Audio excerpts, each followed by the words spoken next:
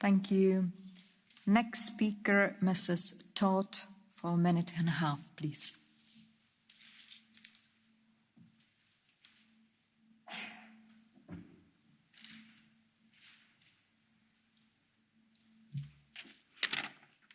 A klímaváltozás elleni Thank you. Our main tool in the fight against climate change is the transition to an environmentally conscious and sustainable economy. However, we will be unable to achieve this if we only focus on renewing energy production methods. Promoting a circular economy is of key importance, since we can only meet emission targets if we launch this economic model at the European level and we use it in all industries. One thing is certain, the transition to a circular economy will create new economic opportunities and new jobs. It will also use resources more efficiently, which will result in significant environmental and societal benefits. I think it is very important that we support and we implement the Circular Economy Action Plan. I think we will need greater efforts to implement legislation on waste. The good news is that despite the epidemic, industrial players everywhere, including my home country, Hungary, are already working on innovative solutions. This means we can already reduce the emission of harmful substances. One important aspect of our work is awareness raising and education of citizens and the promotion of conscious consumption. I asked the Commission to speed up the work it has started in related policy areas so that Member States can start the transition to a circular economy the soonest possible. Thank you. Thank you very much. The next speaker, Mrs. Guteland, for 1 minute, please.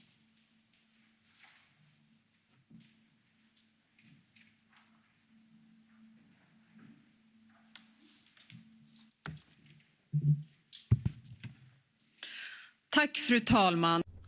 Thank you very much, President. Mr. Commissioner, the circular economy is essential if we're to achieve our ambitions to be climate neutral by 2050. If we're going to make the transition to a more sustainable economy, we have to change all links in the chain. If everybody consumed like we do in the EU, we would need 3 planets at the same time when people are starving or lacking drinking water in the world. We are actually throwing a lot of food and the microplastics being thrown around. We have to unlink our economies from growth. We've got to be smarter in the way we use resources. This is also good for employment. It will create 700,000 new jobs within the circular economy by 2030, and we've got to do this, which is why we welcome the Commission's action plan. It's excellent, but we would like to have a more targeted objective, and I would also like to thank the rapporteur for excellent work. Thank you. Thank you. The next speaker, Mrs. Gamon, for 1 minute. Thank you.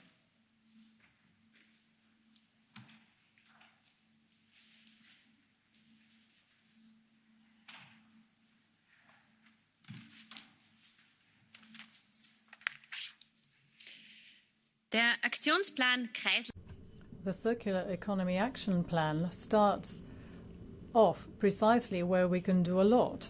45% of all CO2 emissions can be traced back to the production of materials. This figure sounds quite dangerous, but obviously it means that we're addressing a key element of climate change. We're talking about reusing, recycling, but obviously just recycling and reducing plastic waste doesn't mean that you have a circular economy. What you have to do is try and do something about where 80% of everything that has an impact on the environment, that's where we have to start off. And we have to make Europe the centre of a sustainable production, i.e.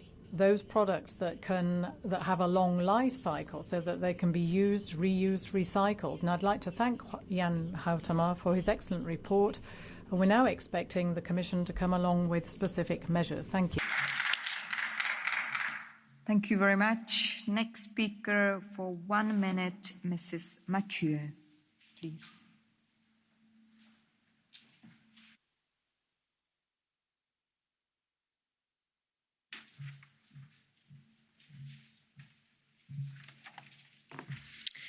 Je hebt het waarschijnlijk in je eigen huis.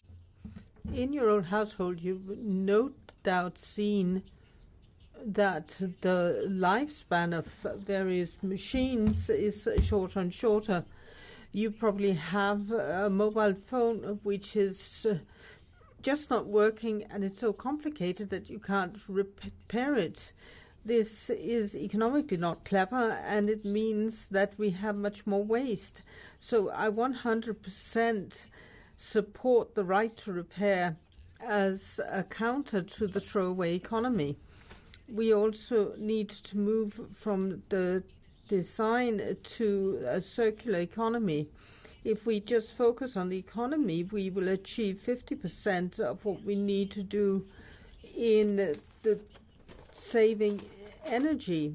That is huge. Just imagine how much we can save if we continue in this way.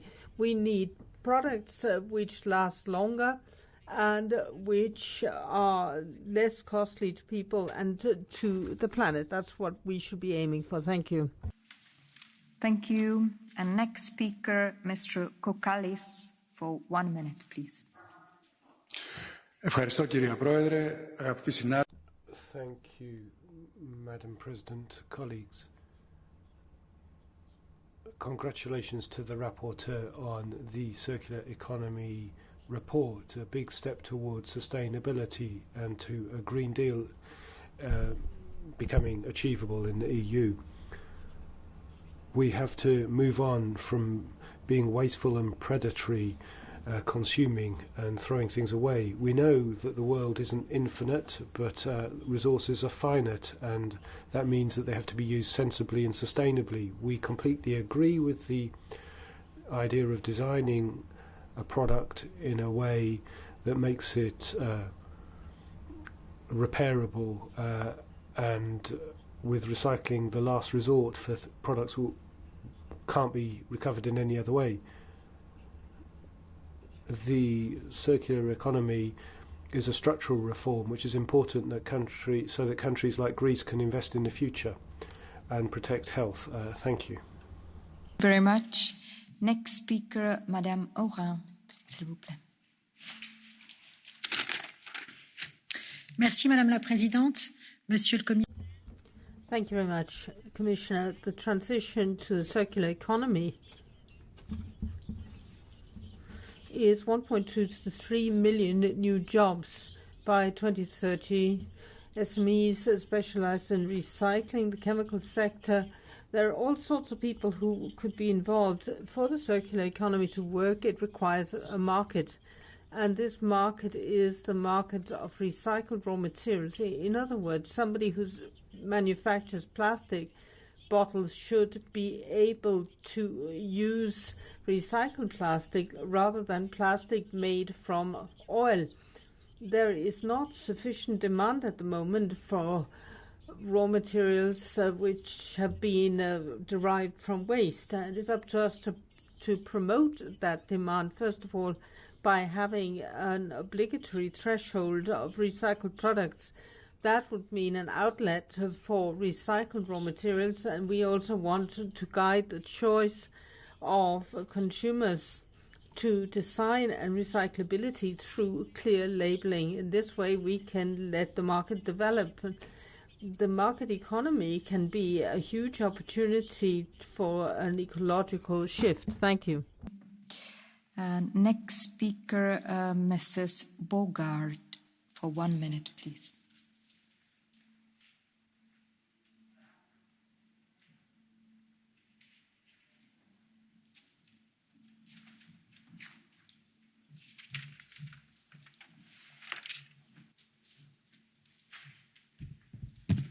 Yes, thank you very much, President. Dear colleagues, in Germany alone, 500 million articles of clothing are thrown away just to get the next fashion. So these are clothes and garments that are made with a lot of effort. And the reason for this is that our economy follows a very simple principle. Take, produce, and waste. So this is a principle that's okay if resources were never-ending. And if all of us were to do this, then in Europe, then the available resources would run out by mid-May. So we have to move away from this principle. In a circular economy, the idea is that waste isn't even created. And so a product that is used has to come back into this economy. And to take the 500 million garments, one sustainable collection does not balance 11 months of normal kind of production of clothes. So this is where we have to do something. Thank you for your report. Next speaker, Mrs. Sogaard-Lidell, for 1 minute, please. Thank you. We're wasting our resources. We're wasting far too much, and it's almost become a habit. This applies to consumers. We just throw out our jeans or our television instead of repairing it. But it also applies to shops and producers. They throw away so many unused goods that you would think it was a lie. Up to 700 tons of clothes are burnt every year in Denmark. And these are products where we've used energy and water to produce them, and that's not good enough. We've got to find a way that we can recycle products and not just burn them because they're out of fashion. I think it's a great opportunity. We can make better standards for production. Therefore, I've suggested that it should be illegal to destroy unused products. We should make sure that our resources have as long a life as possible, and that we also create a new market for reusing perfectly good materials. Thank you. Thank you. And next speaker, Mr. Niinistö, for 1 minute. Madam President, circular economy is our solution to save this planet, its ecosystems, and also the well-being of our citizens. We have to remember to keep it in the core of both the digital and the green reform of European Union. And I would like to especially focus on the industrial side, that on the digital reform we have to make sure that we also green the digital sector. 53% of digital emissions comes from the service, the data centres and the infrastructure, while 47% is coming from the end user appliances. This shows that we need to start tackling also data centres, making them more energy efficient, while we also increase digitalisation of our societies. And we need to oblige them to run on renewables while using the excess heat in nearby industries. This information needs also to reach consumers, and eco-design should be expanded to cover services. So in essence, we have to make sure that the digital reformation of Europe is also green and circular. Thank you. Thank you very much. Next speaker, Mrs. Weiss, for 1 minute, please.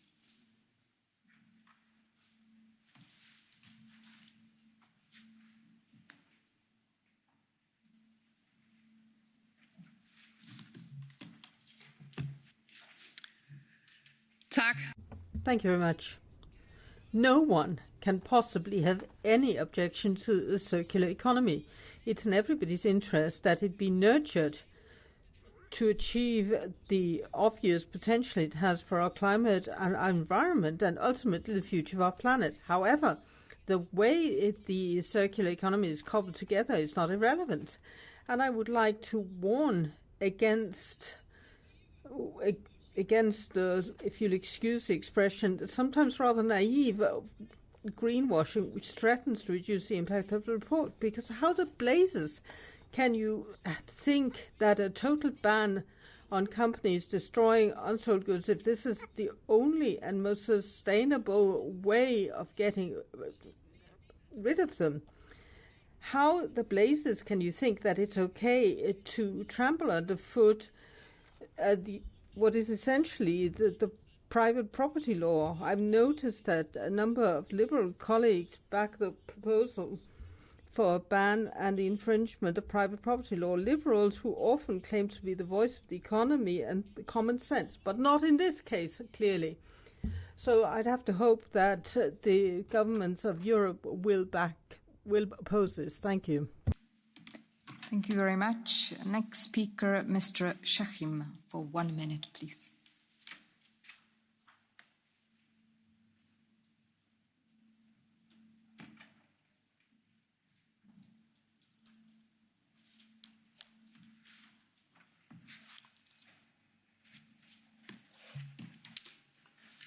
Thank you, Madam President.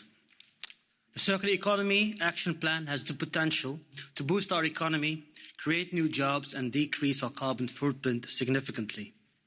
The question is, how can it become reality?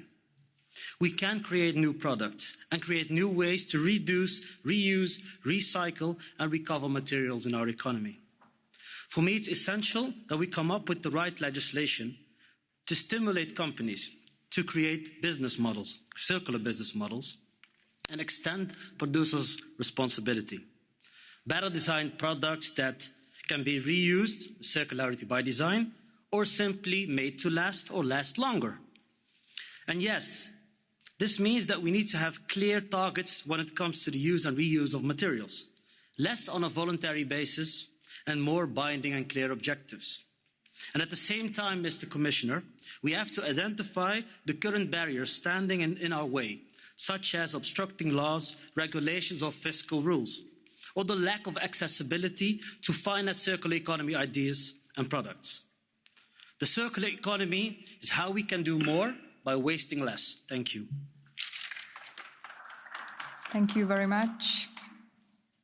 Next speaker, Mr. Eaps, please.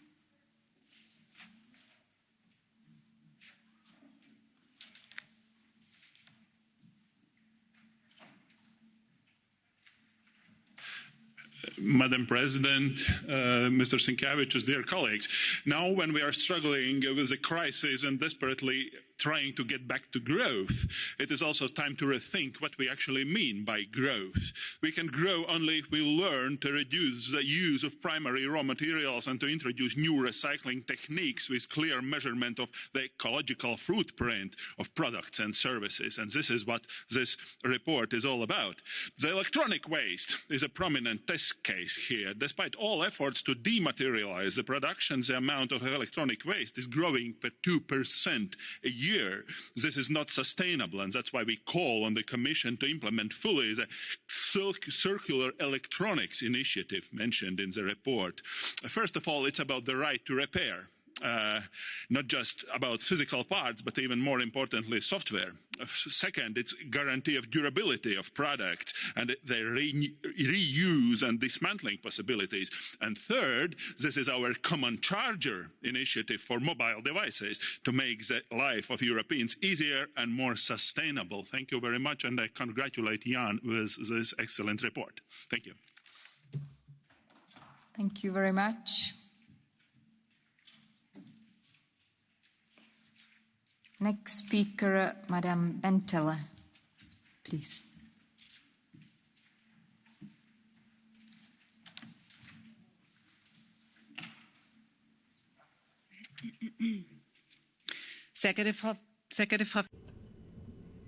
Vice President, Commissioner, dear colleagues, anybody who's discussing the circular economy has to talk about waste, even the ordinary waste from our households, plastic, bio-waste, glass, paper, cardboard, all sorts of waste. And unfortunately, ladies and gentlemen, this rubbish, this waste in very many member states makes up a large percentage of what goes to landfill. It is unsorted and it's just dumped somewhere. It goes into landfill until the cows come home, even though we do have selection systems and there is the possibility to sort according to products, and some of it can be recycled. I think we should have been able to set a date for dealing with this kind of waste. That would have been the opportunity under the Green Deal.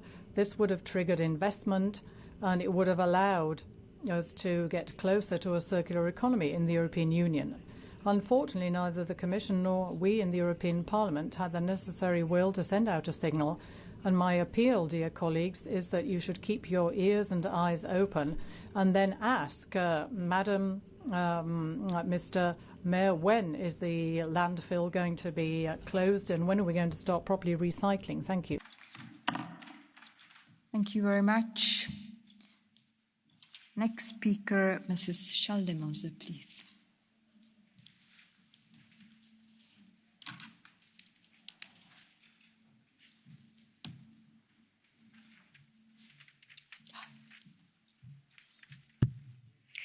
Tak for det.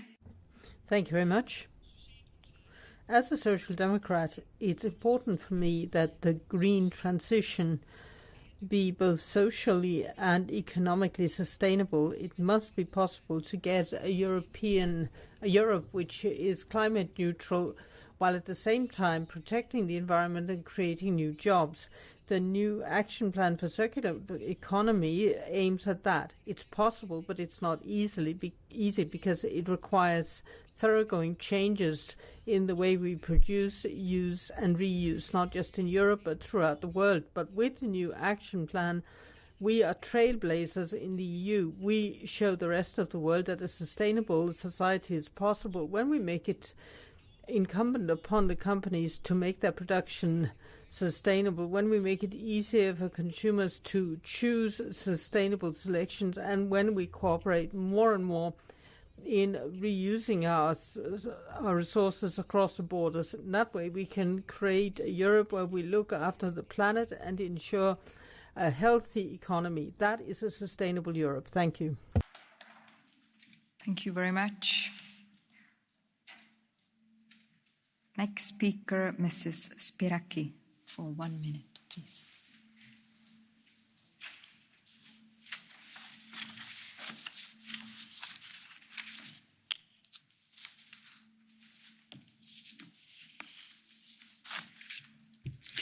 Madam President, Commissioner Sigevicius, Circular Economy Action Plan 2 is a significant step forward. One of the main parts of the new plan is the binding EU target for 2030 and also the introduction of harmonised circularity indicators. Moreover, the Member States should include resilience in their national climate and energy plans by building waste strategies and policies on robust scientific data, improving comparability of EU statistics. Our citizens should also be engaged to prefer affordable products that are respectful of the planet.